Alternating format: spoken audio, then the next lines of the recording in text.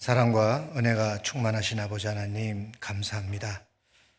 주일을 맞아서 말씀으로 교훈해 주시고 또 함께 모여서 교제할 수 있는 귀한 시간 허락해 주신 것 감사드립니다. 또한 저희가 나누는 간증 속에 하나님께서 두루 역사해 주셔서 우리 마음속에 하나님의 뜻을 나타내 주시고 또 그 경험을 붙잡고 우리도 하나님의 말씀에 순종하는 삶을 통해서 하나님의 역사를 맛볼 수 있게 인도하여 주시옵소서. 시작하는 시간입니다. 시종을 주 성령께 의지하오며 우리 주 예수 그리스도 이름으로 기도드립니다. 아멘.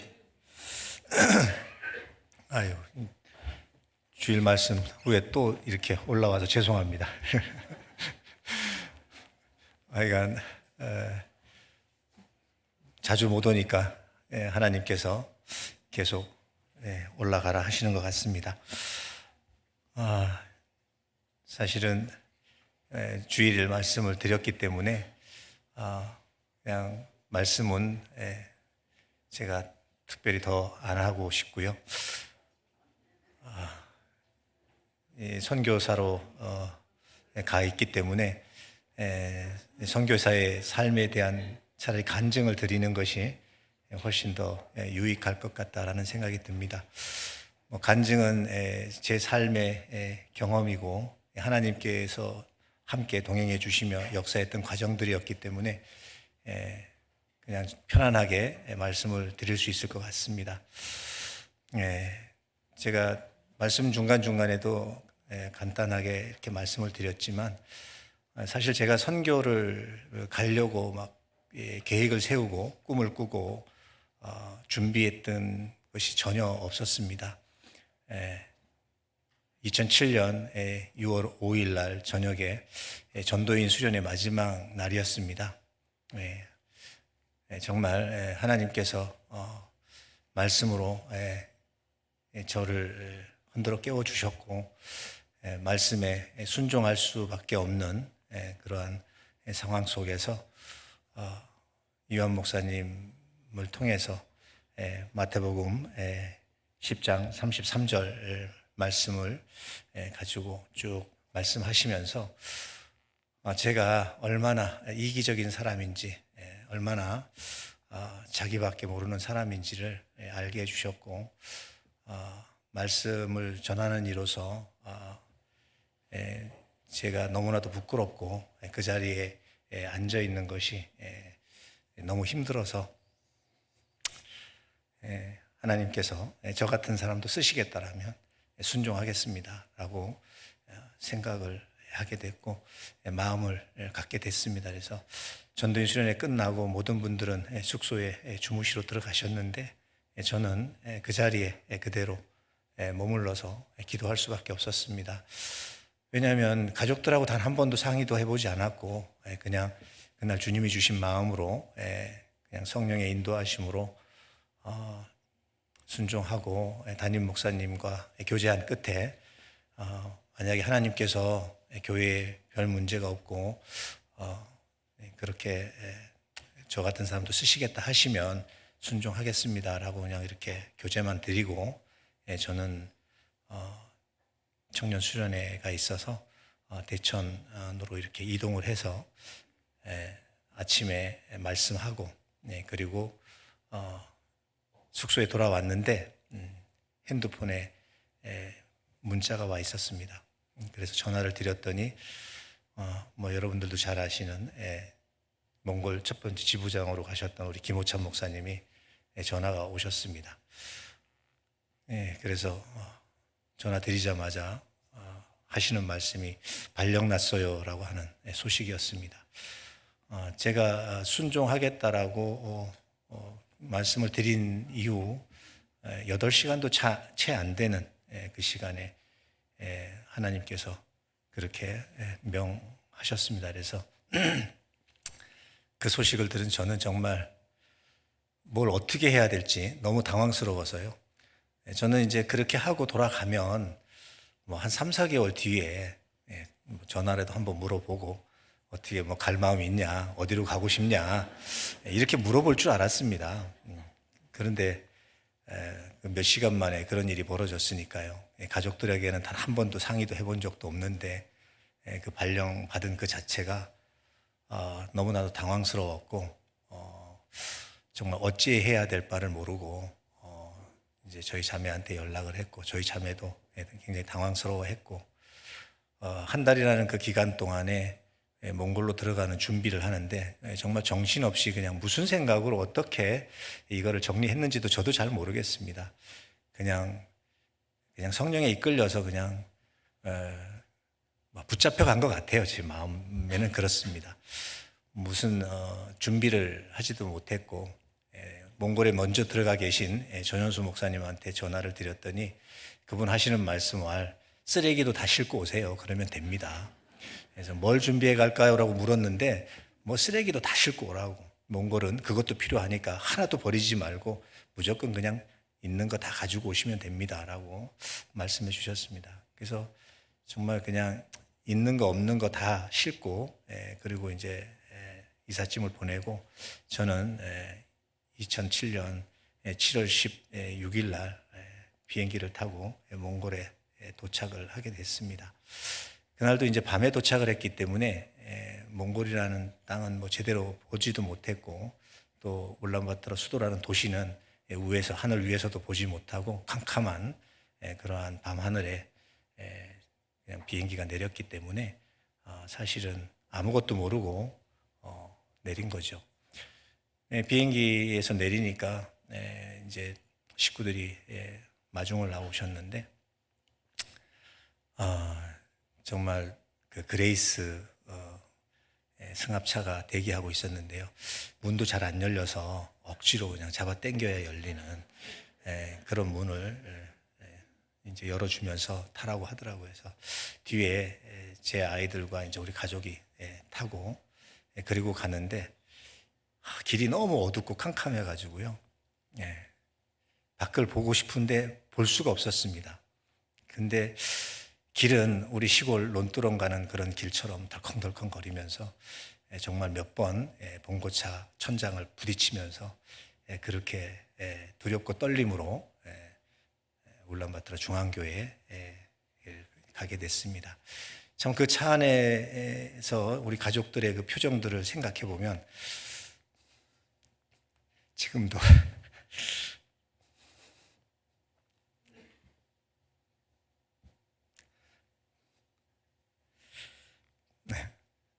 참 먹먹합니다. 사실 저도 두려웠는데 저희 가족들은 오죽했겠습니까? 또 어린 7살짜리 아이는 어떠했겠습니까? 말도 한마디 없이 조용한 가운데 그냥 침묵만 흐르는 거고 여기가 어디냐 어디로 가는 거냐라는 말도 한마디 없이 정말 적막하게 그렇게 서로 두려움 가운데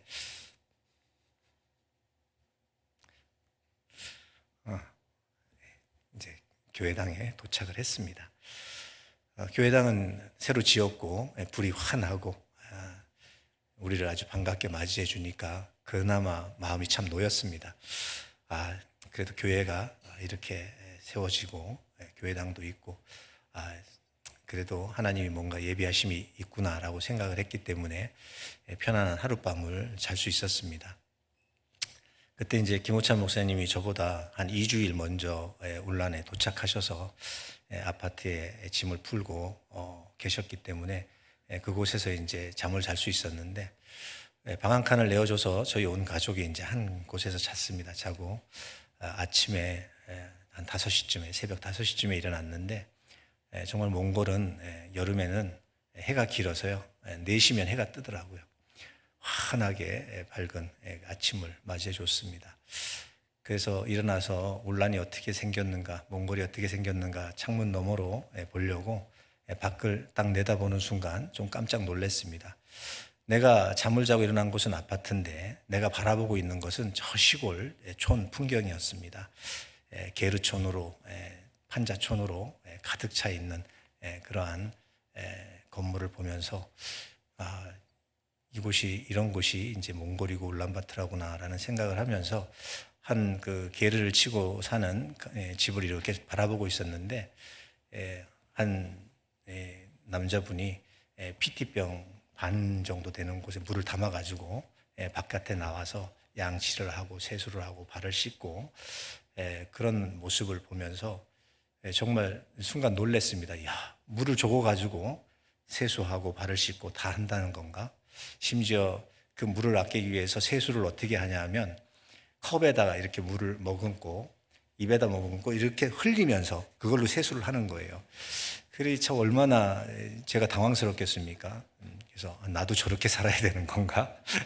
이런 생각을 막 하고 있는데 옆에 누군가가 이렇게 서 있는 것 같은 거예요. 그래서 쳐다봤더니 저희 자매가 같이 일어나서 그 광경을 똑같이 바라보고 있었던 겁니다. 저는 그 광경에 취해서 어쩔 줄을 모르고 있었는데 옆에 저희 자매도 그걸 보고 있는데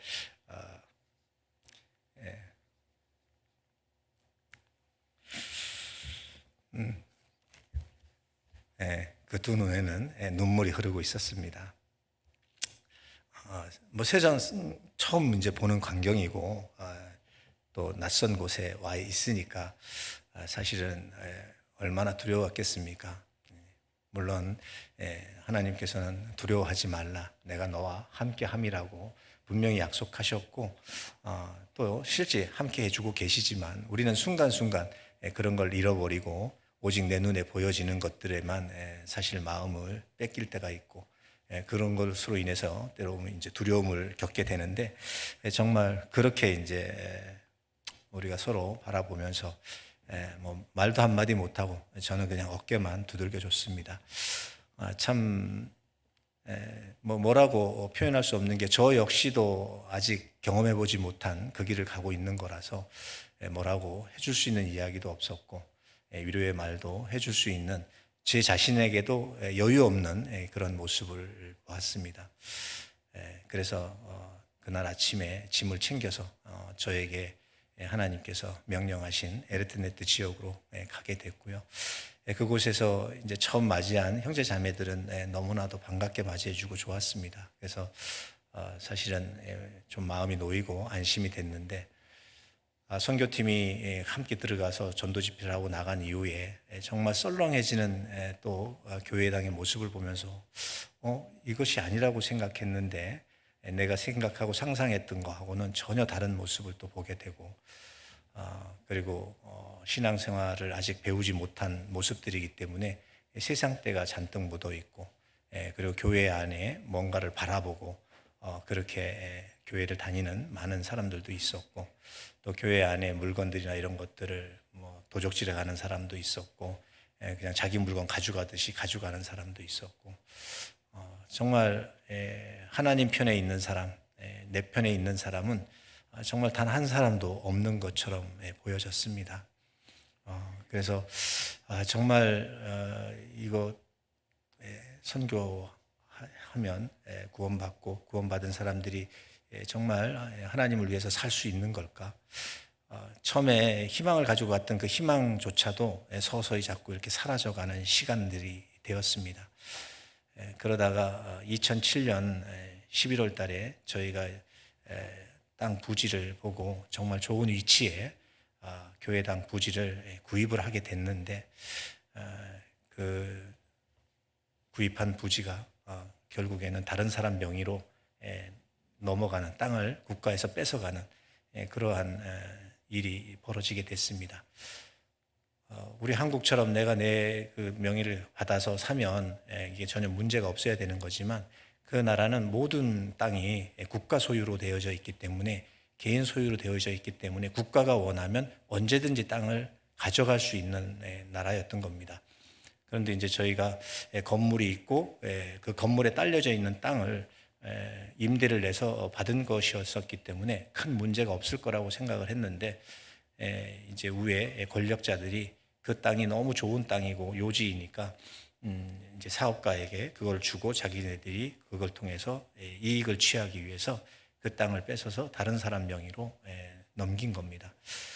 그래서 그것 때문에 정말 많은 이제 실망도 하게 되고 그곳에 교회당을 지으려고 준비하고 계획을 하고 있었는데 갑자기 그 땅을 뺏기는 바람에 정말 모든 것이 다 물거품이 돼버리는 것처럼 느껴졌고, 그때 참 하나님 앞에 원망하며 기도하는 시간이 참 많았습니다.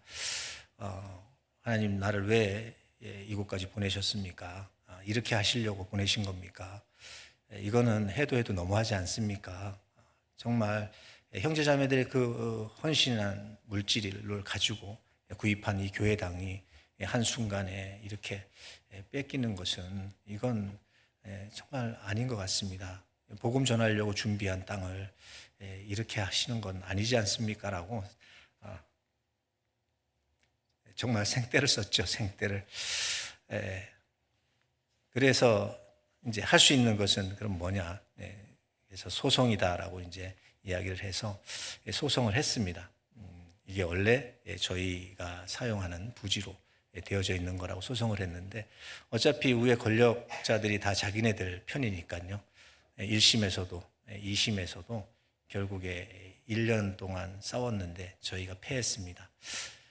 그래서 결국에는 이제 땅을 뺏길 수밖에 없는 상황이었는데, 정말 간절히 기도하는 가운데 마지막 방법은 대법원에 이제 소송을 걸어서 울란바토르에 가서 재판을 하는 거다. 그거밖에는 방법이 없다. 그렇게 해서 마지막이라도 해야 되겠다고 생각해서 준비를 했는데, 이제 주변에서 많이들 이제 말리셨습니다. 1년 동안 그렇게 고생했으면 됐다. 그냥 포기하고 그냥 전도하자. 우리가 어차피 여기 전도하러 왔으니까 전도하자라고 위로해 주시는 분들도 계셨고, 그거에 대해서 더 이상 이제 마음 쓰지 말라고 많은 분들이 또 충고해 주시기도 하셨습니다. 그런데 참 너무 억울한 겁니다. 그래도 너무 억울해서 마지막인데 돈이 1,000만 원이 들더라도 저는 마지막 재판을 한번 해보고 싶습니다라고 말씀을 드렸더니 그러면 해보라고. 그래서 마지막 대법원 소송을 걸었습니다. 그런데 참 하나님께서도 모든 걸 예비하셨던 것처럼 정말 그것도 다 예비해 놓으셨던 것 같아요. 저희가 이제 이렇게 선임했던 변호사가 다행히도 그 사람의 부인이 판사였던 겁니다. 저희 소송을 담당하는 판사가 부인이었던 겁니다. 그래서 그 변호사에게 저희들 모든 자료를 보여드리니까 이길 수 있겠다고 자기 부인한테 물어봤더니 이건 이길 수 있는 거라고 한다고. 그래서 제가 이기게 해주면 제가 600을 드리고 땅을 찾아주시면 1,000만 원을 드리겠습니다라고 이제 말씀을 드렸어요. 그랬더니 알았다고. 그래서 대법원 가가지고 저희가 이겼습니다. 그래서 땅을 다시 찾을 수 있었고, 그리고 그곳에다가 교회당을 건축할 수 있었습니다. 이게 해외 선교 가운데 가장 힘들고 어려운 것이 모든 분들이 지금 다 그러실 거라고 생각합니다.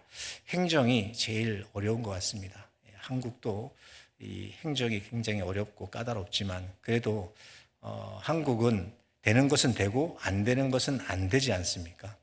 근데 몽골은 되는 것도 없고 안 되는 것도 없고, 그러니까 법적으로 안 되는 것도 뭐 돈만 있으면 되고, 법적으로 다 되는 것도 뭐 뇌물을 주지 않으면 안 되는 거고, 그러니까 되는 것도 없고 안 되는 것도 없는 곳입니다. 그래서 안 된다고 실망할 것도 없고, 된다고 또 자만할 것도 없고, 그래서 정말 간절한 기도 가운데 하나님이 지켜주시지 않으면 안 되는 그런 상황 속에서 사실은 선교를 하게 된 겁니다.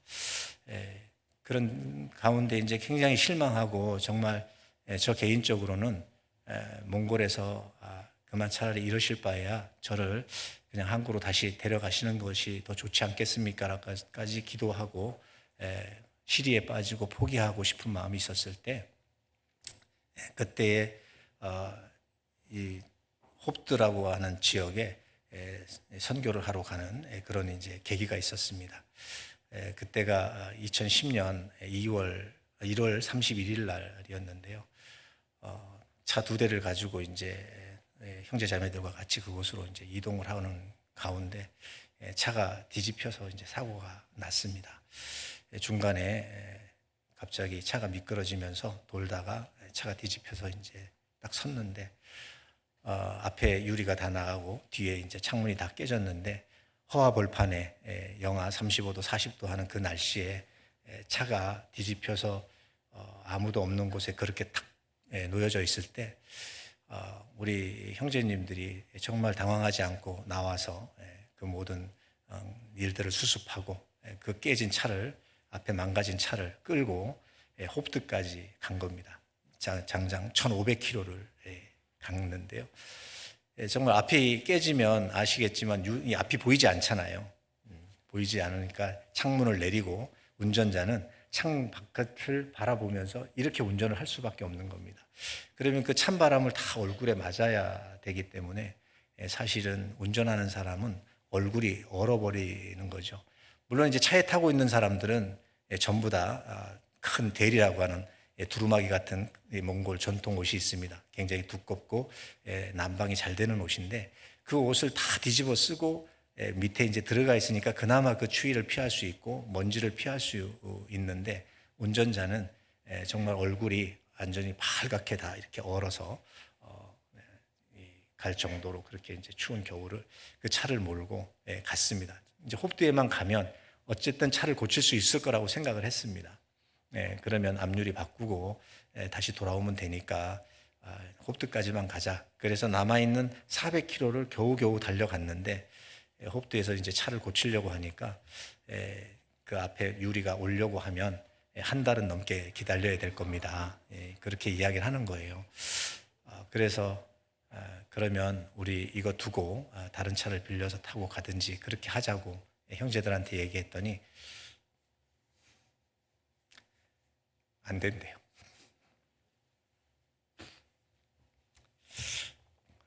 그래서 왜 안 되냐 물었습니다. 뭐 그렇게 하면 되지 왜 안 되냐. 근데 그 안 되는 이유가 너무 감사한 겁니다.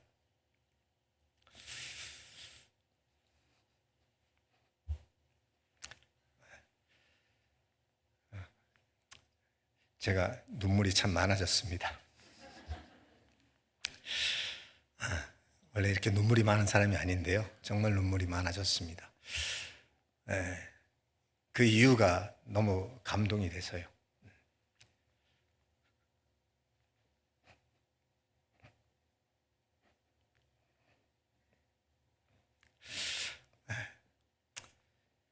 그냥 우리들 차는 괜찮은데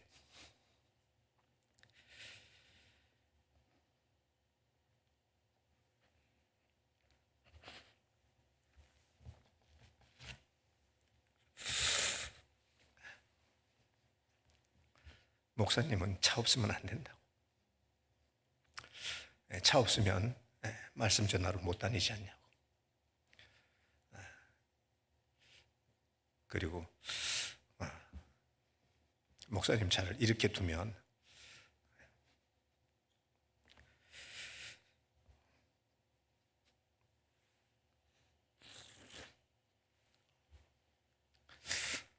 자신들의 마음이 너무 아프다고.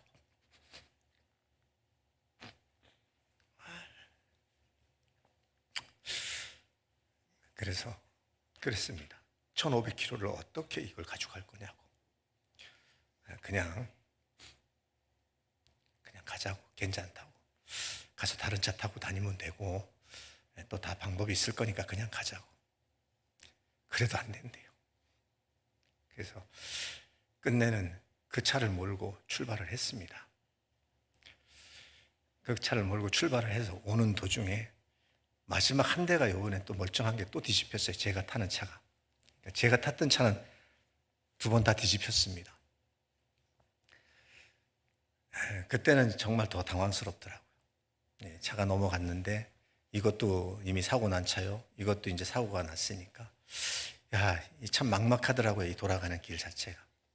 그럼에도 불구하고 형제님들은 그 추위에서 그 추위를 다 이겨내고 차를 다시 이렇게 세우고 차 타이어를 바꿔 끼우고 그리고 또 그 타이어를 가져가서 벙커난 거를 다시 또 떼우고 그렇게 하면서 정말 오는 그 길이 저에게는 힘든 길이 아니라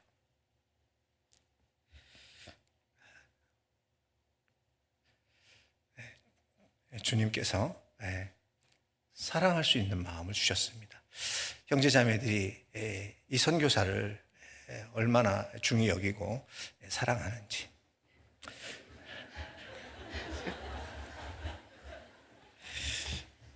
뭘 이렇게 많이 갖다 주세요? 오늘 눈물 다 쏟고 가겠습니다.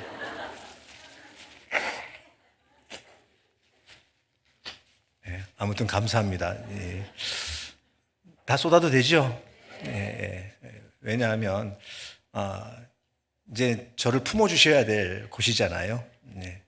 여러분들이 저를 품어주시지 않으시면 또 누가 품어주겠습니까? 물론 주님이 품어주고 계시지만 주님 계신 곳이니까 제가 모든 거 편안하게 그냥 가족처럼 털어놓겠습니다.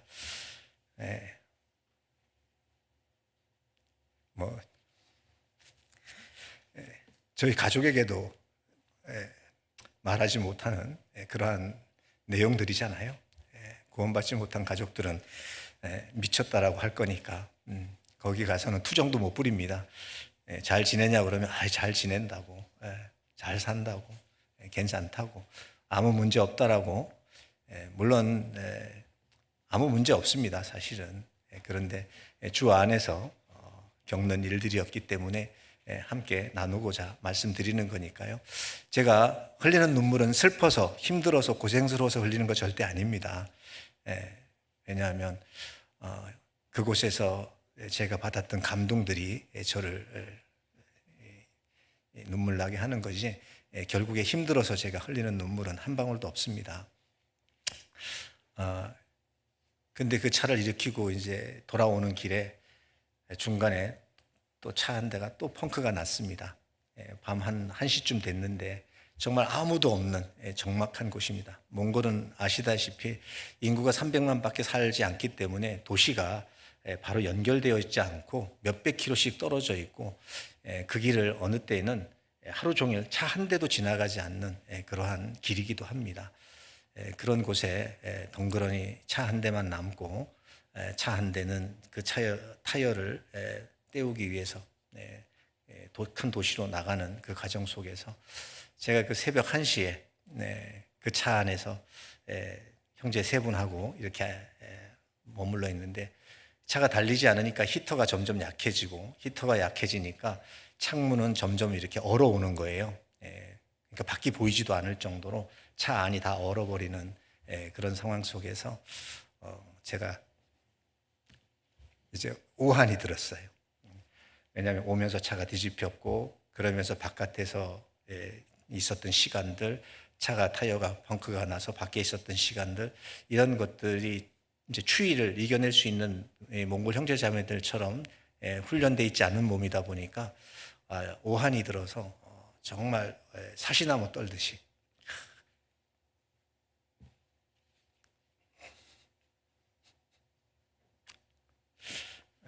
떨고 있었어요. 근데 이제 우리 형제들이 자기 옷을 다 벗고 신발을 벗어서 저를 신기고 저를 이제 뒤집어 씌우면서 이 안에 이제 막 따뜻하게 온기를 데피기 위해서 막 마사지를 하는 겁니다. 자신들도 지금 추위가 분명히 왔을 것이고 추울 텐데 자기 옷을 벗어서 저를 덮어주는 그 마음이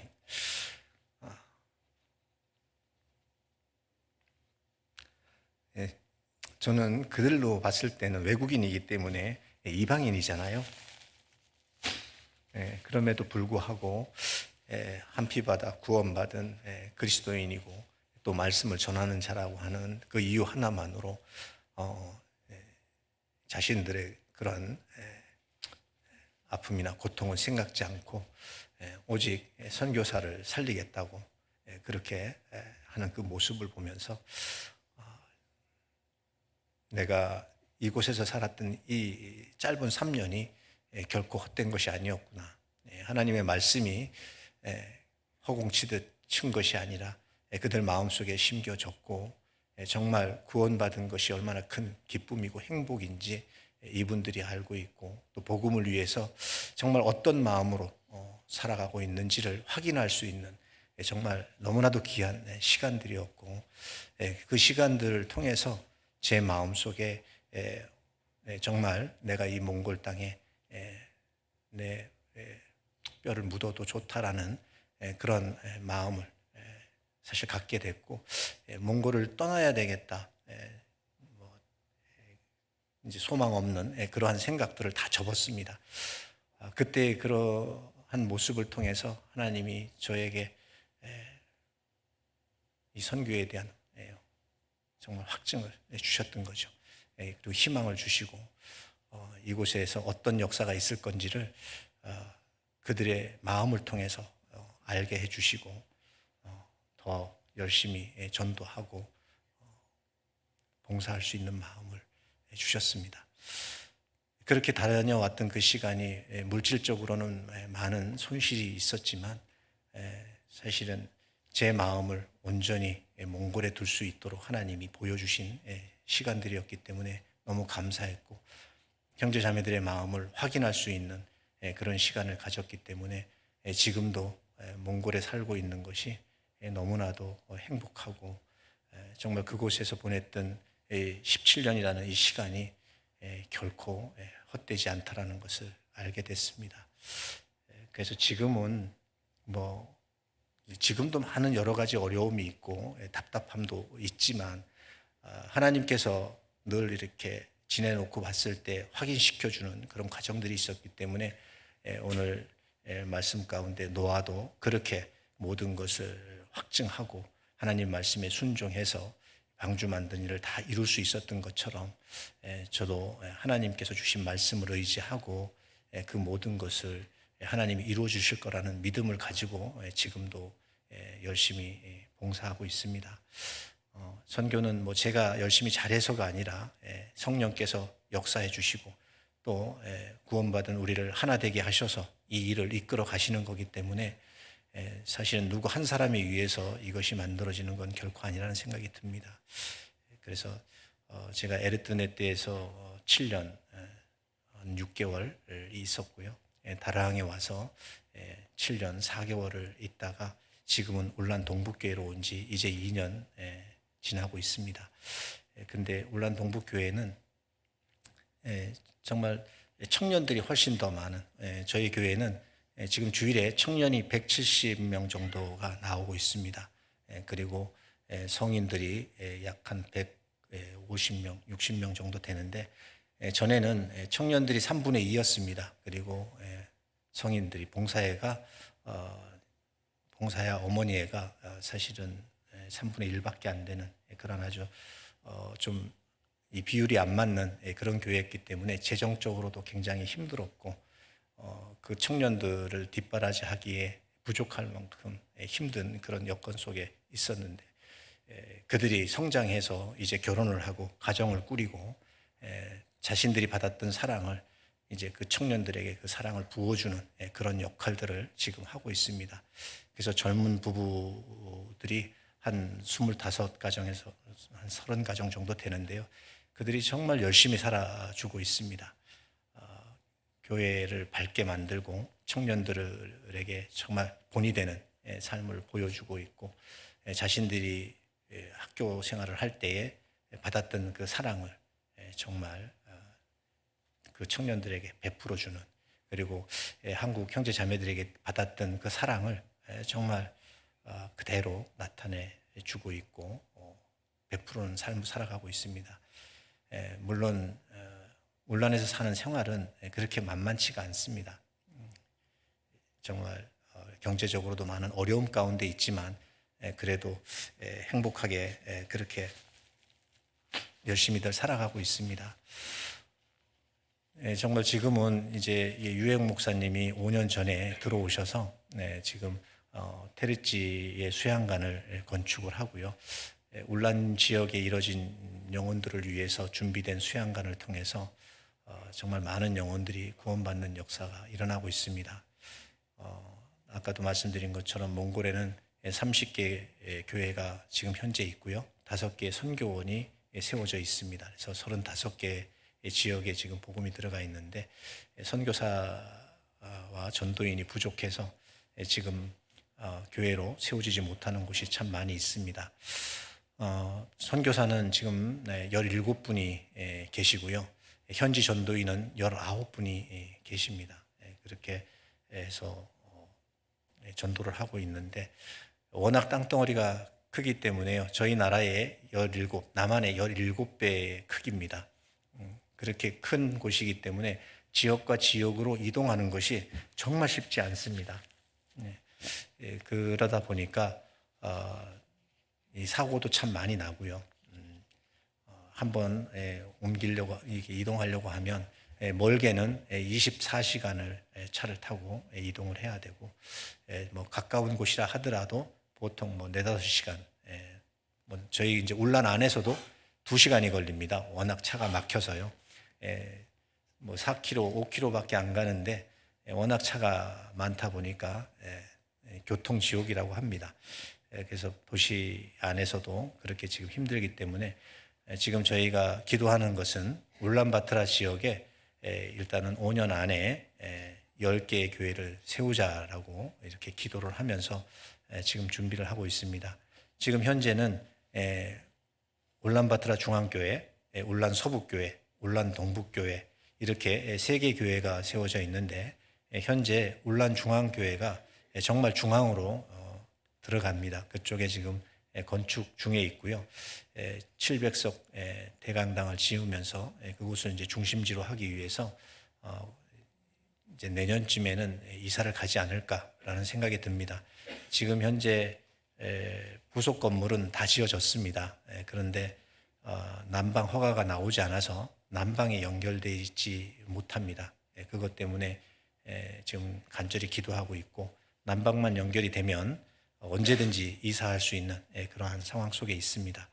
그래서 하루빨리 이사를 들어가야 교회가 안정을 찾고 또 복음을 활발하게 전할 수 있을 것 같습니다. 그래서 그 일을 위해서 또 많이 기도해 주시고요. 울란에는 뭐 아까 영상에도 잠깐 보였지만 유해웅 목사님께서 2018년 12월 25일 날 들어오셔서 모든 울란 몽골 교회를 담당하시면서 엄청난 변화를 일으켜 가고 있습니다. 정말 처음에는 선교를 통해서 교회를 세우는 일을 하셨고 지금은 교회당을 통해서 또 일할 수 있도록 그렇게 준비를 하고 현지 전도인들에게 이제 이 복음을 물려줄 수 있을 만큼 준비를 하기 위해서 훈련을 하고 있고 또 자립을 위해서 굉장히 고심을 하고 있습니다. 한국 교회에게 많은 사랑을 받았고 지원을 받아왔는데 어쨌든 간에 이제는 우리 힘으로 자립을 하고 받은 사랑을 이제 우리가 주는 그런 삶을 살아야 되지 않겠냐라는 그러한 마음을 가지고 말씀으로 형제 자매들의 마음을 독려하고 그것이 얼마나 큰 행복인지를 깨닫게 하시는 것 같습니다. 그래서 울란 동부교회도 올 1월 1일부로 이제 자립을 하게 됐고요. 그래서 지원을 받지 않고도 교회를 꾸려 나갈 수 있고 또 작은 교회들을 조금이나마 도와주면서 형제 자매들의 마음이 점점점 커지고 있음을 보게 됩니다. 그래서 형제들이 너무 좋아하고 기뻐합니다. 우리도 이렇게 받은 사랑을 갚을 수 있는 그런 기회를 하나님이 주셨다라는 것에 굉장히 기뻐들 하고 그렇게 살아야 되겠다라고 그렇게 이제 많이 간증들 하고 교제들을 하면서 더 힘있게 증거를 하고 있습니다. 그래서 받는 것보다 주는 것이 훨씬 더 능력이 있는 것 같습니다. 그래서 받을 때에는 늘 그 받는 것 때문에 마음에 무거운 짐이 되기도 했었는데 주니까 그 마음이요 훨씬 더 커지는 것 같습니다. 그래서 이제 우리 고린도전서 10장 말씀처럼 모든 것이 가하나 모든 것이 유익한 것이 아니요 모든 것이 가하나 모든 것이 덕을 세우는 것은 아니잖아요. 자기를 자기의 유익을 구치 아니하고 남의 유익을 구하는 그 삶이 결국에 덕을 세우는 일이고 그것이 전도하는데 가장 큰 힘이 됨을 우리한테 교훈해 주고 있듯이 정말 자기를 사랑하는 것보다 남을 사랑할 때 정말 우리 안에 참된 사랑을 알게 되는 것 같습니다.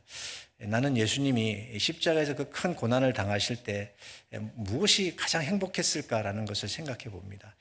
자신의 희생을 통해서 자신의 모든 것을 줄 수 있는 기회가 주어졌다라는 것에 예수님은 가장 행복했겠다. 정말 우리가 살면서 나라고 하는 사람이 누군가에게 도움이 된다라는 것 자체, 도움이 된다라는 것이 느껴질 때 가장 행복하지 않습니까? 내가 드리는 헌금이 누군가의 영혼을 구원하는 일에 쓰여진다라는 그 하나만으로도 우리는 행복할 수 있는 것처럼 내가 받는 것이 아니라 줄 때에 정말 행복하다.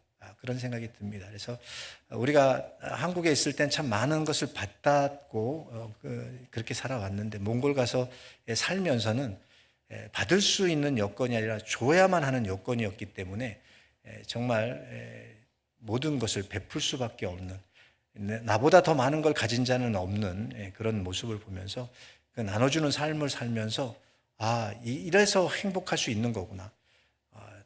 이제 한국에 있을 땐 저도 많이 가진 사람이라고 생각을 못했고 정말 작다라고 생각했고 나도 누군가에게 뭘 받아야 되는 사람이다라고 생각을 했는데 이제 선교를 나가서 보니까 전부 다 제 얼굴만 바라보고 있는 겁니다.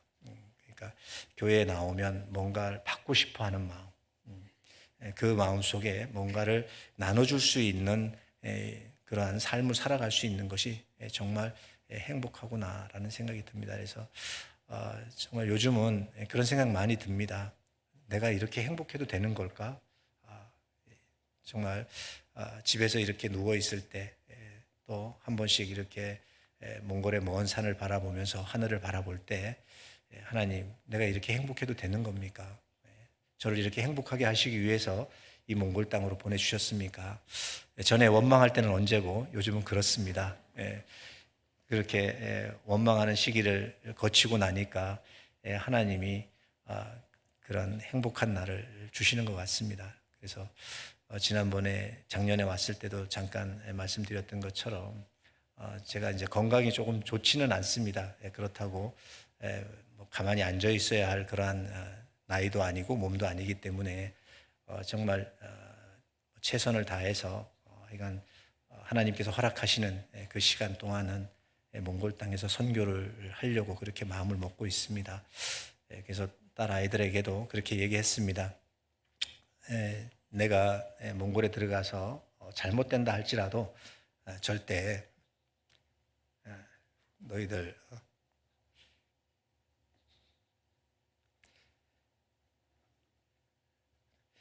가슴 아파하지 말라고. 그때 아빠 아플 때 이제 그만 못 들어가게 말렸어야 했는데 그때 말리지 않은 것 때문에 후회하지 말라고. 너희들이 말려도 나는 들어갈 것이고 또 잘못돼도 그건 너희들 책임이 아니고 그것 때문에 마음 아파하지 말라고. 도리어 그렇게 하나님이 쓰신다라면 도리어 감사하라고.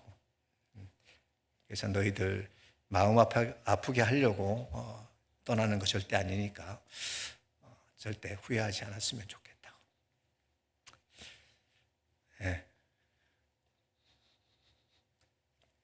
지금도 그렇습니다.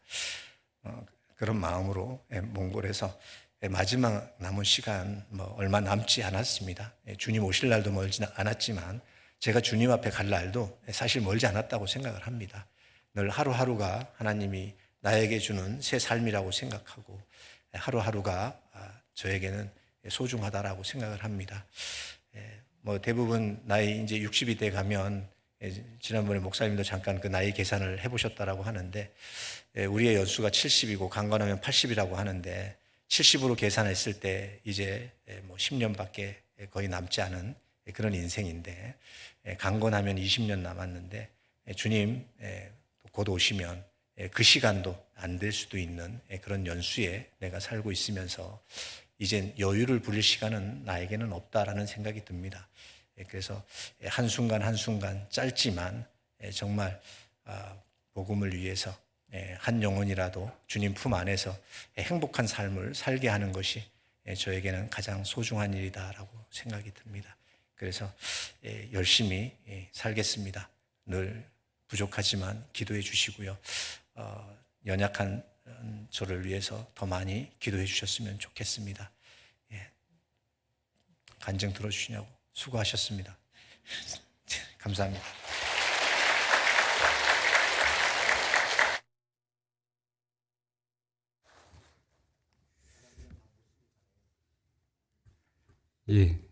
목사님 간증 감사합니다. 앉아서 들으면서 여러 가지 많은 생각을 이제 마음에 와 닿았었는데요. 저희도 행복한 그런 시간들을 간증하는 시간들이 개개인적으로 있었으면 좋겠다라는 생각을 해보게 되고요. 저 자신 또한 감사하는 그런 마음을 갖는 귀한 시간이었습니다. 그래서 저희가 지금 울란바토르 동북교회를 후원하고 있는데요.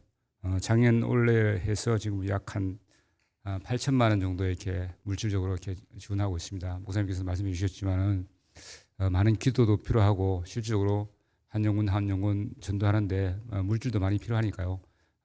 선교 헌금에 많이 참여해 주시기 바랍니다. 이어서 간증하는 시간인데요. 오늘 세 분인데 시간이 되면은 세 분 다 하는 거 하고요. 아니면은 두 분만 하는 걸로 하도록 하겠습니다.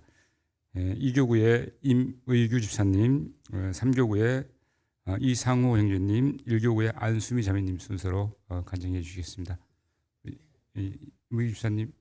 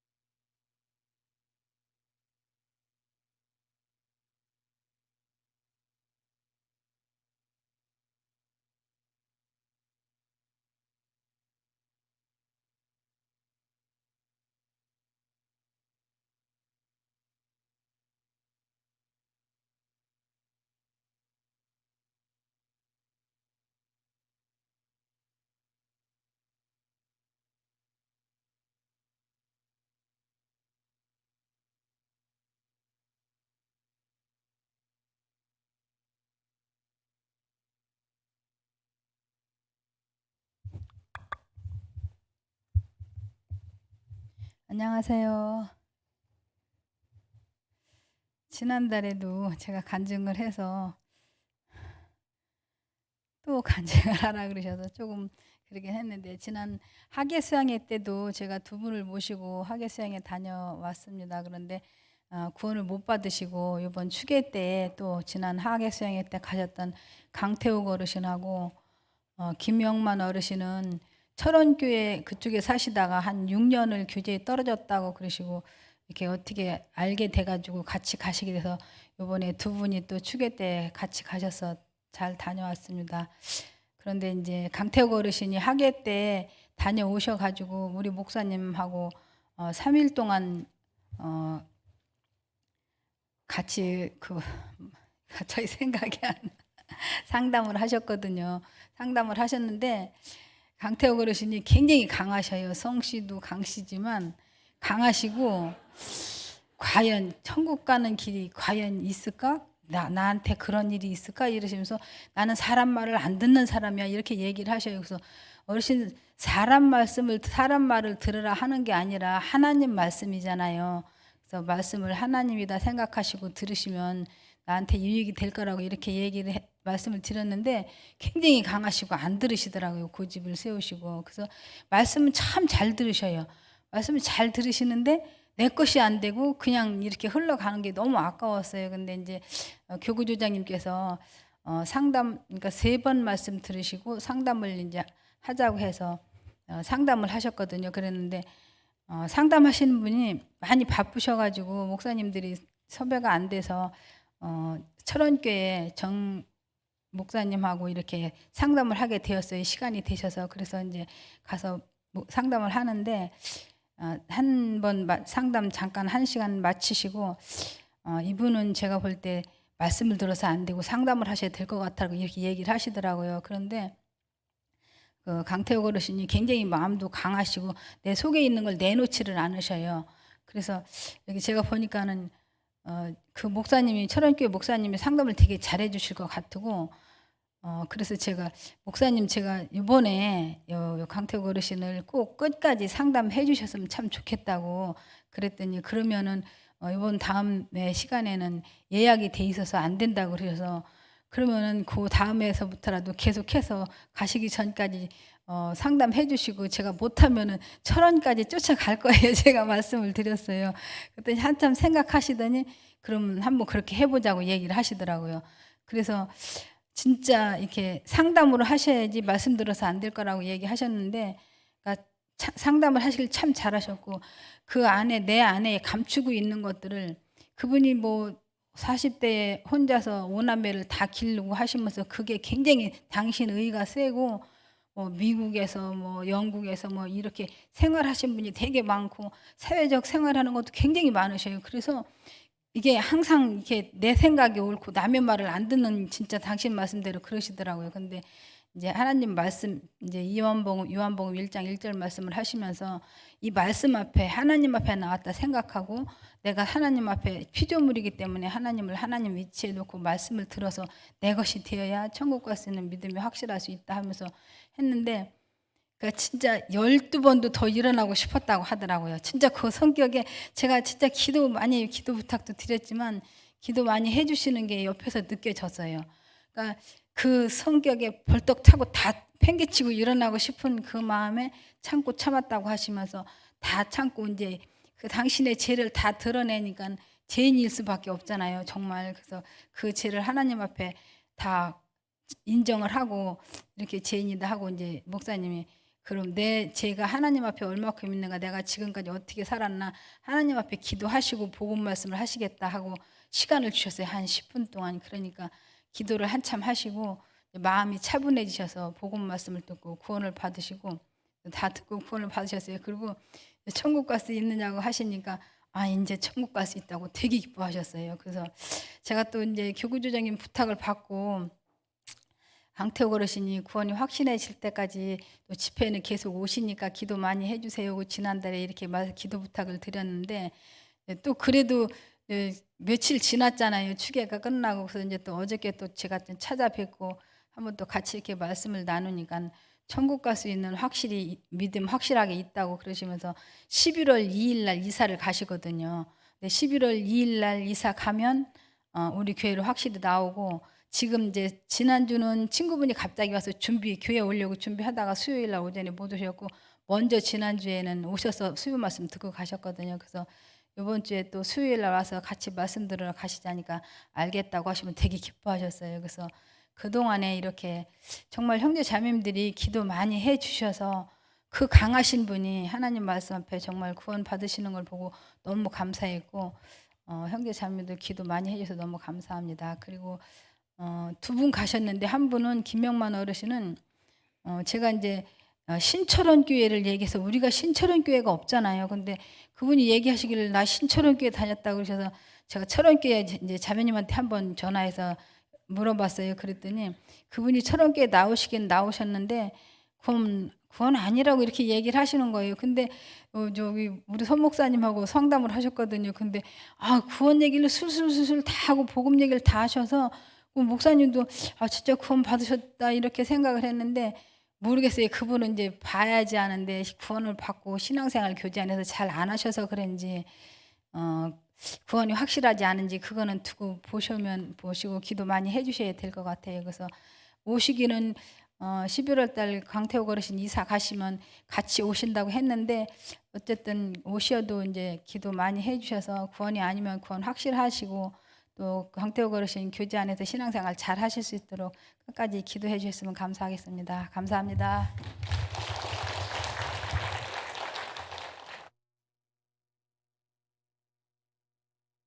하나, 둘, 셋. 예. 집사님 이사하신다고 하셨는데 혹시 가까운 쪽으로 이사하시나요? 가는 건가요? 예, 예, 네. 예, 그래요. 예, 예, 예, 예, 감사드립니다. 간증. 예, 이어서 이상호 형제님 간증해 주시겠습니다.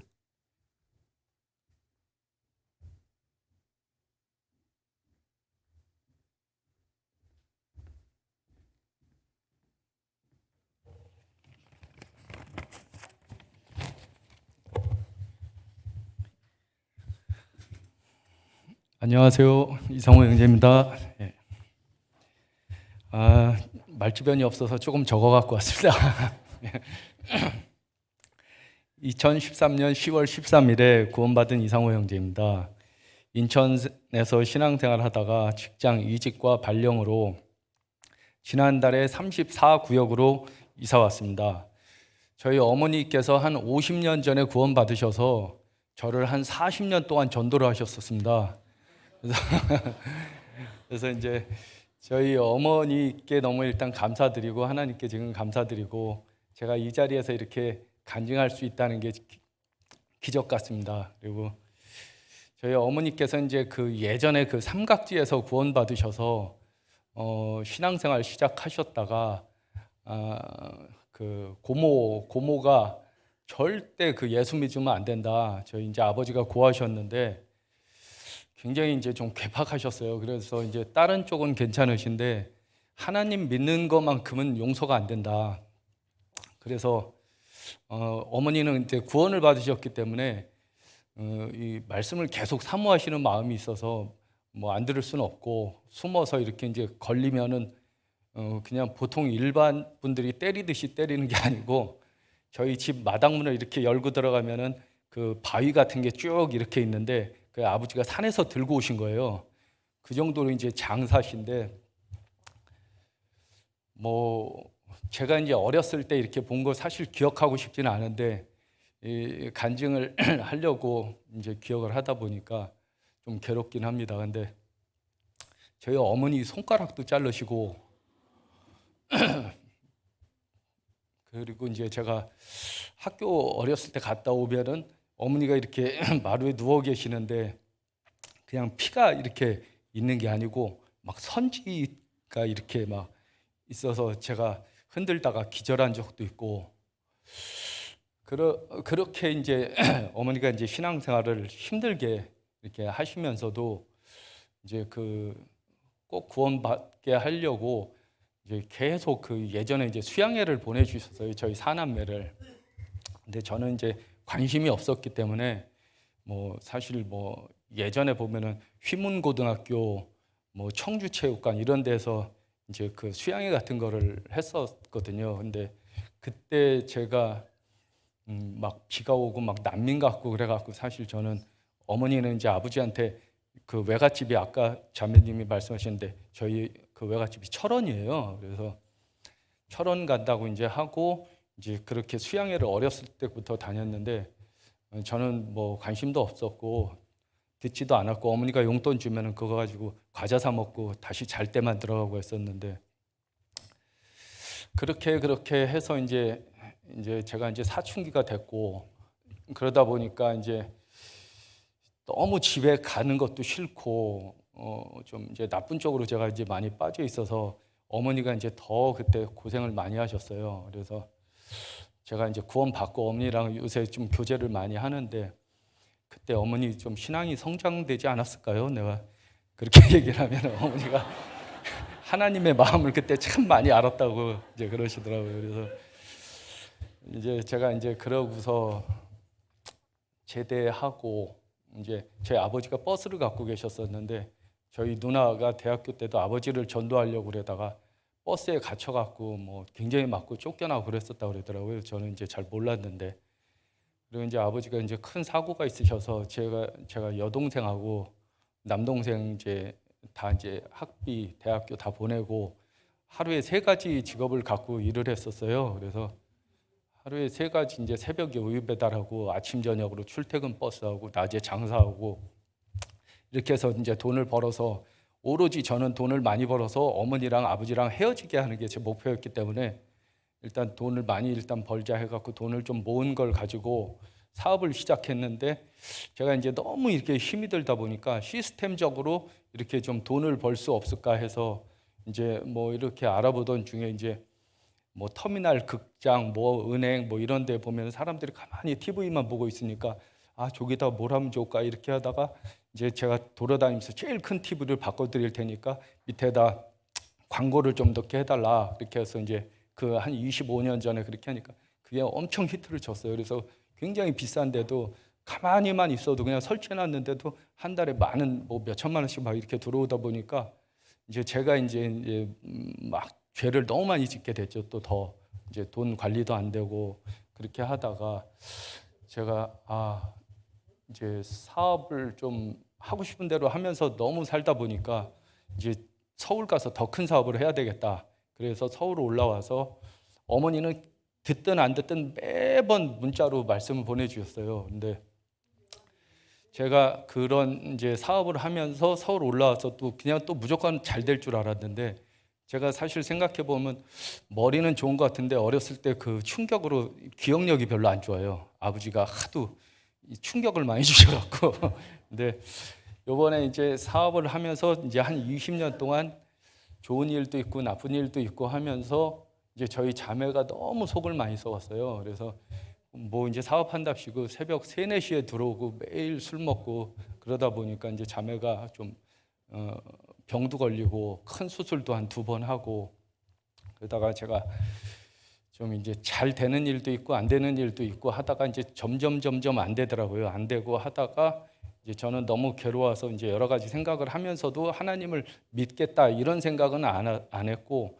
힘들 때마다 이제 어머니한테 이제 얘기를 해서 이제 도움을 구하면 어머니는 제가 이제 어렸을 때 아버지가 이제 막 폭력을 행사하실 때 저는 끝까지 저는 잠 안 자고 아버지 팔다리를 붙잡고 늘어졌었거든요. 그러니까 이제 어머니가 저를 얼마나 좋아하시겠어요. 그래서 계속 이제 뭐 얘기만 하면은 성경 말씀 듣자고 하면은 제가 싫어하니까 이제 그때 어려울 때 이제 한 번씩 돈 얘기하면 어머니가 이제 이때가 기회인가 싶어갖고 자꾸 이제 말씀을 전해 주셨는데 그때도 제가 계속 거부했었고 그냥 계속 돈만 쫓아서 살았습니다. 그러다가 가다 이제 안 돼갖고 마지막에는 옥탑방까지 이제 가게 됐어요. 그래서 보면은 사는 거는 강남에 살고 차는 우리나라 제일 좋은 차 끌고 다니면서 뭐 이제 사람들 보기에는 허우대는 멀쩡해도 속은 다 썩어 있었고 그러다가 이제 어느 날 갑자기 이제 술이 너무 취해서 이제 새벽 그때도 한 3, 4시에 비 오는데 이제 들어가는데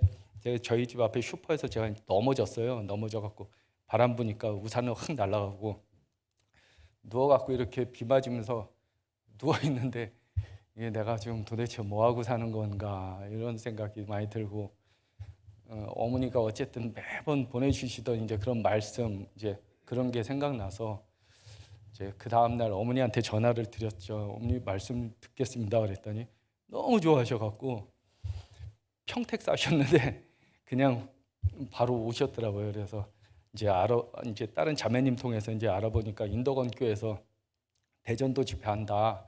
그 해서 이제 제가 이제 저희 자매한테 가서 이제 들어보자 그랬더니 저희 자매도 이제 듣자 둘이서 이제 심령이 너무 바닥인 상태여서 그렇게 들어도 뭐 그냥 이게 아무렇지도 않게 그냥 흘러가던 말씀들이 너무나도 이렇게 콕콕 박히고 죄 말씀에서는 뭐 안 걸리는 거 하나 없이 다 그냥 전부 걸리고 그래서 처음으로 하나님 잘못했습니다 이런 기도를 하게 됐습니다. 그래서 그리고 이제 중간중간에 계속 이제 술 먹자는 전화, 뭐 좋은 사업, 뭐 이거 요번에 뭐 여러 가지 와도 전화 다 꺼버리고 일주일 동안 와서 이완 목사님 말씀 듣고, 아 정말 내 죄를 다 예수님이 사하셨구나, 이게 너무 탁 믿어지면서 그때 이제 히브리서 9장 12절 말씀 듣고 구원을 받게 됐습니다.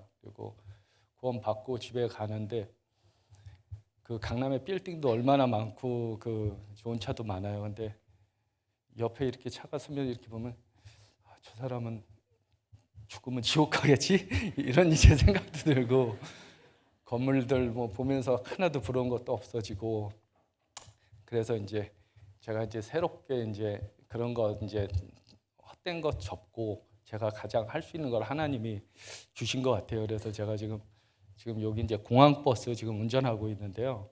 그 공항 리무진, 그 도심 공항 리무진이라고 여기 빨간 차 왔다 갔다 하는 거 지금 그걸 하고 있는데, 제가 이제 왔다 갔다 하면서 복잡하지도 않고 그 말씀 들을 수 있는 시간도 좀 있고 찬송도 듣고 하루에 한 16시간 정도 운전을 하는데 많이 힘들 때도 있지만 지금 너무 기쁘게 뭐 직장 생활 하고 있습니다. 그리고 저희 어머니도 이제 나중 얘기지만 제가 저 월급쟁이를 할 수 있을까 그런 생각도 하고, 저희 자매는 아마 한 달도 안 하고 그만둘 거야 속으로 생각했다 그러더라고요. 저기 앉아 있는데, 예, 근데 지금 5년째 하고 있습니다.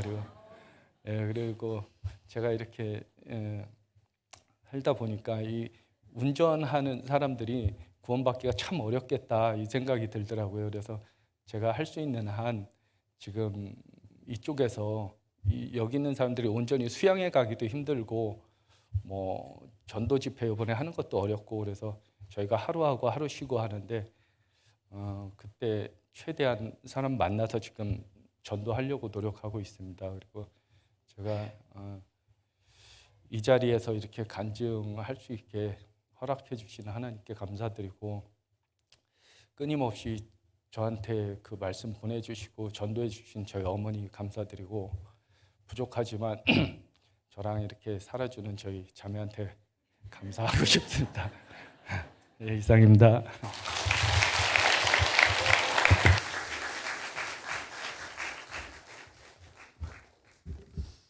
네, 형님 간증 감사합니다. 우리 가족분들 전도하는 분들 많이 계실 텐데 쉬지 말고 기도하시고, 시간이 지나면은 빨리 구원받으면 좋겠지만은 하나님이 주시는 시간이 있으니까요. 그 시간 때까지 기다리시면서 쉬지 말고 기도했으면 좋겠습니다. 예. 이어서 안수미 자매님 간증해 주시겠습니다. 안수미 자매님.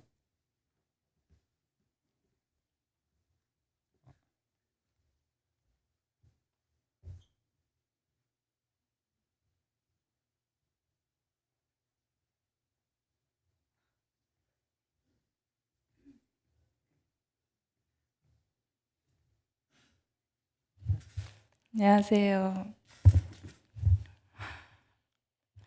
12구역에서 교제하는 안수미 자매입니다. 시간이 다 됐는데 마음 놓고 있다가 당황스럽습니다. 저는 작년 1월부터 의정부교회로 오게 됐는데요. 서울 중남교회에서 교제를 하다가 수락산 쪽으로 이사를 오면서 의정부교회로 오게 되었습니다. 2년 가까이 되어 가는데도 모르는 분들도 많고 저도 모르는 분들 많고 저를 모르시는 분들도 많을 것 같은데, 오늘은 네, 구원 간증이랑 저희 부모님 학예 수양에 참석하신 거에 대해서 잠깐 말씀드리고 저를 알리고자 나왔습니다. 저는 98년도에 처음 말씀을 들었어요. 서울 올림픽 체육관에서 학예 수양회를 할 때 저희 큰오빠가 고등학교 때 먼저 구원을 받고 저희 가족들에게 복음이 전해졌습니다. 그래서 98년도에 처음 말씀을 들었는데 그때는 아무것도 모르는 상태였고 구원이 아닌 상태로 후폭교회로 연결이 되어서 한 1년여 정도 다니다가 교회에서 떨어졌습니다. 그러다가 세상적으로 열심히 즐겁게 살았고요. 어느 그 몇 년 동안 그렇게 살다 보니까 여러 가지 저에게 또 어려움이 닥쳤었어요. 그래서 많이 힘든 시기가 있었고 그때 그냥 이대로 사라졌으면 좋겠다 그런 생각을 하고 있던 찰나에 저희 오빠들이 부모님 전도한다고 이제 집에 오게 됐어요. 그래서 가서 말씀을 듣자라고 했는데 저한테는 얘기를 안 하는 거예요. 그래서 왜 나한테만 얘기를 안 하지 속으로 그러고 있었는데 이제 올케 언니가 집에 있으면 뭐 할 거냐고 같이 가서 들어보자 해서 가서 말씀을 끝까지 들었고 가정 집회에서 들었는데 솔직히 그때는 구원이 아니었고 이제 뭔가 의지하고 싶은 마음에 후폭교회로 다니게 됐어요. 거의 후폭교회 다니고 떨어져 나온 이후에 한 5, 6년 후에 다시 그곳으로 가서 다니게 되었는데 그 안에서 집회 말씀 듣고 하면서 구원이 뭔가라고 생각을 했지만 전혀 모르겠더라고요. 그래서 계속 말씀을 들었는데 구원이 죄의 용서라는 걸 알게 되면서 예수님이 나의 죄를 모두 다 가져가신 것이구나라는 걸 알면서 저도 이제 구원받았다라고 생각을 했어요.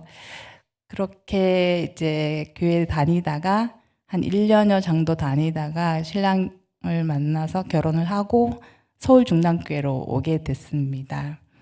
근데 그 중남교회 와서도 계속 구원의 의심이 있었어요. 내가 정말 구원받은 게 맞나? 아닌가? 막 계속 그런 갈등 속에 있다가 집회 말씀을 들으면 그래, 증거가 있으니까 당연히 하나님이 살아계신 게 맞지. 그리고 성경 말씀을 비춰보면 나 죄인 맞지. 그런데 예수님이 또 내 죄를 다 가져가셨어. 다 용서해 주셨어.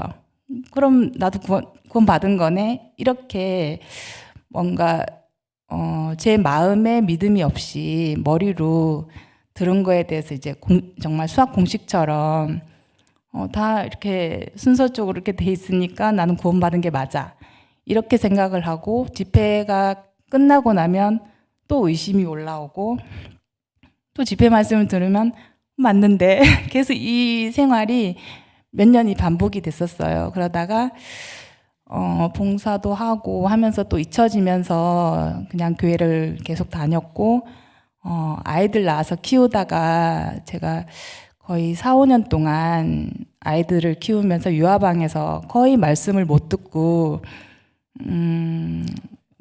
말씀을 거의 못 듣는 상태에서 제 마음이 완전히 이제 육체적으로 정신적으로 바닥이 났었던 상태였었어요. 너무 힘든 그 시기였고 정말 왜 내가 이 자리에서 교회를 왔다 갔다 하고 있는지 진짜 막 의심하고 있을 그때에 유아방에서 전도 집회 말씀을 들었었어요. 그날은 정말 그동안 많은 말씀을 들었는데도 머리로는 이해가 가는데 마음에 전혀 믿어지지가 않았었거든요. 근데 그날 말씀을 듣는데 더 많은 증거들이 쏟아져 나오고 그 증거 속에 정말 더 명확하게 증거들이 나오는 걸 보면서 그날 제 마음에 정말 하나님이 살아계시구나 이게 마음에 믿어지는 거예요. 근데 그 마음이 믿어지는 순간에 제가 말씀이 기억나는 게 믿지 않는 자들과 두려워하는 자들 그 말씀이 생각이 나면서 제가 두려워하는 자들에 잡혀 있더라고요. 너무 무서운 거예요, 이 말씀이. 저는 한 번도 성경 말씀이 뭐 무섭다거나 좋다거나 그런 걸 못 느꼈었는데 그날은 이 말씀은 좋은 말씀이 아니라 정말 무서운 말씀이라는 게 마음에 정말 믿어졌어요. 그러면서 너무 무서운 거예요. 나 이제 죽으면 어떡하지라는 생각이 들면서 구원이 아니구나 그 생각이 들었고 그럼 나 이제 어떻게 해야 되지?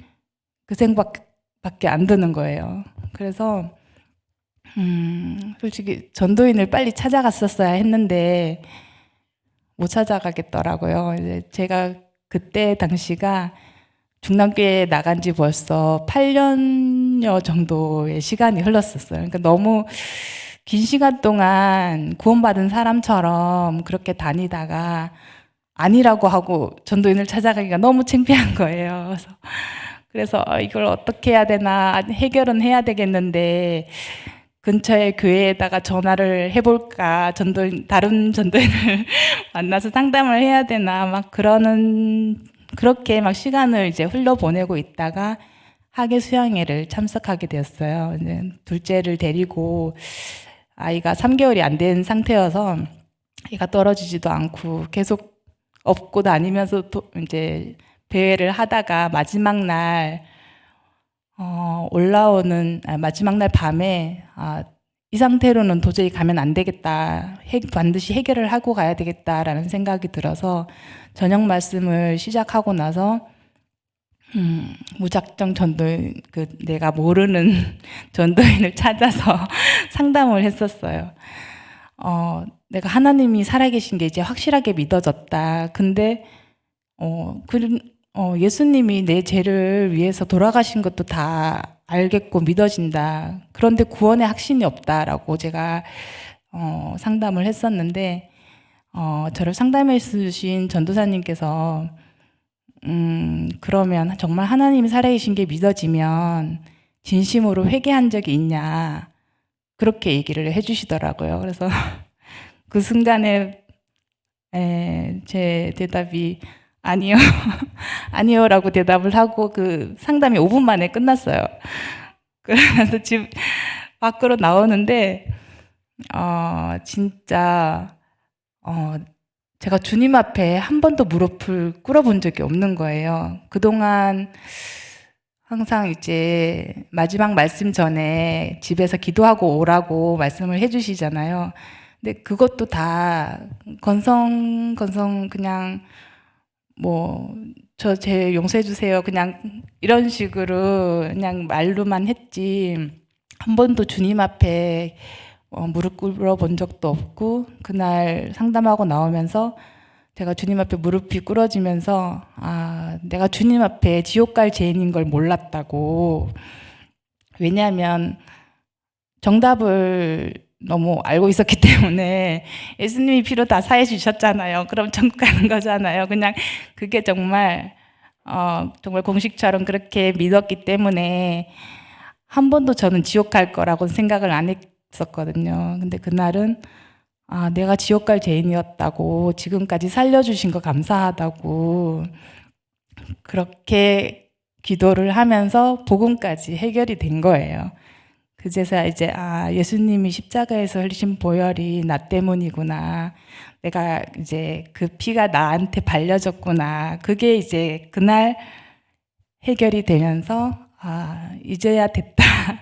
그 마음이 들었고 정말 긴 시간 동안 교회 안에 있으면서 그렇게 난 지금 도대체 뭐 하고 살았나 생각이 드는 거예요. 그래서 그렇게 구원을 받고 한동안 좀 그런 긴 시간 동안 그냥 허송세월 한 것처럼 느껴져서 많이 힘들었었는데 그 다음 해에 학예 수양회 은장의 말씀에서 회개 없는 구원이 너무나 많다고 그 얘기를 들었을 때 나와 같은 사람들이 너무 많구나라는 생각이 들었고 그 다음 해 저처럼 긴 세월 저랑 같이 교제했던 몇몇 분들이 구원 확증을 또 하시는 계기가 있었어요. 그래서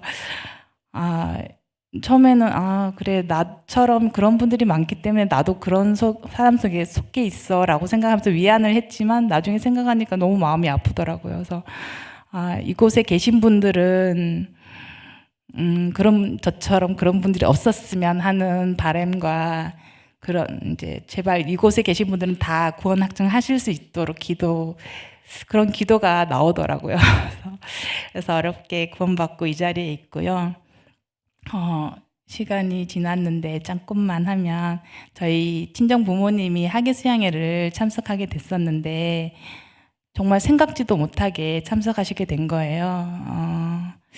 저희는 추계로 생각을 하고 형제들이 사남매인데 다 구원을 받은 상태고 부모님 전도를 위해서 학예 수양회는 너무 이제 날씨도 덥고 이제 어른들한테는 힘드셔서 추계 수양회를 생각을 하고 있었는데 하루는 엄마랑 통하다 보니까 수양회 참석하냐고 그렇게 얘기하길래 우린 당연히 가지 그랬더니 엄마가 그럼 나도 갈까 얘기를 하시더라고요.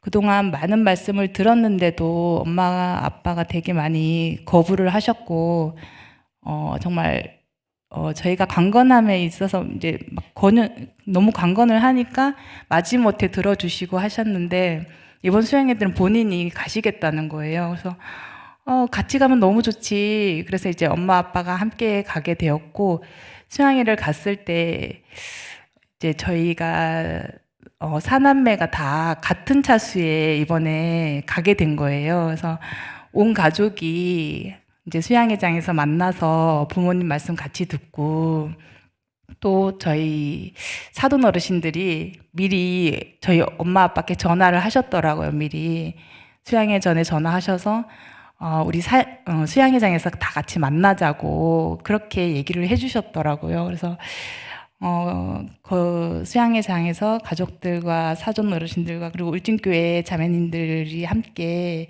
해주셔서 저희 부모님들이 다 말씀을 끝까지 잘 들으셨고 엄마가 상담을 하실 때 그동안 말씀 들은 거에 대해서 기억이 하나도 안 난다고 이러시는 거예요. 근데 상담하실 때 이제 목사님이 그럼 예수님은 생각이 나냐 그렇게 얘기를 하니까 예수님은 기억이 난다. 제 모든 죄를 가지고 가셨다고 이러면서 나도 이제 됐구나라고 생각이 든다고 얘기를 하시는 거예요. 그래서 목사님이 그럼 이제 천국 갈 수 있냐 얘기를 하니까 본인도 이제는 됐다고 갈 수 있다고 얘기를 하셔서 이번 수양회 때 부모님이 구원받고 침례까지 받고 오셨어요. 근데 솔직히 자식된 입장에서는 이제 직접적으로 얘기를 해주시면 더 이제 확실하게 마음이 놓일 텐데 저희한테는 한 번씩 엉뚱한 얘기를 하기도 하고 하셔서 좀 마음이 걸리긴 하지만 지금 울진교회에 계속 출석하고 계시고 다다음 주에 있는 집회에도 이제 참석하실 예정이에요. 그래서 끝까지 계속 이어지는 말씀 속에서 구원의 확증하실 수 있게 기도해 주시고 저희 이번에 다들 정말 기도해 주신 덕분에 부모님께서 수양에 잘 참석할 수 있었고 또 함께 해주신 사돈 어르신들과 다 모든 분들께 너무 감사드리고요. 저희 마무리가 아직 잘 안 되는데 하여튼 너무 감사하고 저도 주님 앞에 좀 더 열심히 살면서 복음을 위해서 다들 애쓰시는데 저도 그 대열에 맞춰서 더 열심히 살도록 노력하겠습니다. 이상입니다.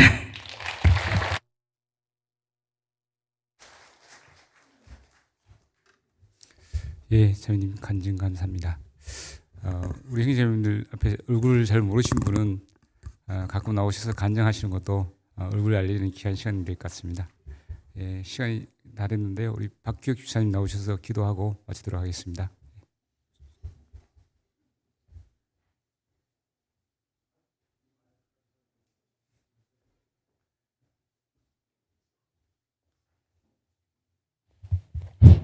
예, 지금 오늘 간증을 들었는데요. 이 마이크가 너무 잘 들려서 이 마이크로 제가 기도하겠습니다. 예, 제가 기도하기 전에 네 분의 그 간증을 들었는데요. 예, 마지막 안수미 자매님 정말 보기 드물게 최근에 너무 확실한 구원의 간증을 들어서 속이 다 시원한 것 같습니다. 너무 감사하고요. 또 첫 번째 나와서 간증하신 우리 정명교 선교사님. 이분은 제가 20년 전에 저희 아이들이 이제 전도인의 부름을 받고 서울중앙교회로 이제 발령을 가서 사택에 있었는데 신성빌라라고 9평도 될까 말까 한데요. 거길 갔는데 저희 아들은 애들이 둘이었어요. 그 집에 가보니까 너무 집이 좁은 거예요. 막 옆에 바퀴벌레도 나오고 막, 야, 이렇게 어떻게 좁은데 이게 사택이라고 주냐. 그러니까, 아이, 아빠 위에는 애들이 3명인 사람도 살아. 그래. 그게 정명교 선교사님이 애들이 3명 데리고 살았습니다. 근데 그 아이들 셋이 정말 아버지 순종하고 쫓아가서 다 훌륭하게 잘 됐어요.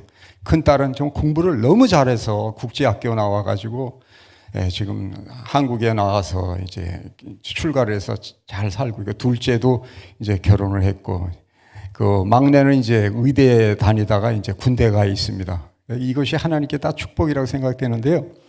우리 형제님들 기도 부탁드릴 것은, 우리 정명규 선교사님이 작년에 뇌경색 기능이 발생이 돼서 잠깐 들어서 긴급히 그냥 들어왔는데, 그 병은 한 번 오면 언제 올지 모릅니다. 계속 올 수도 있어요.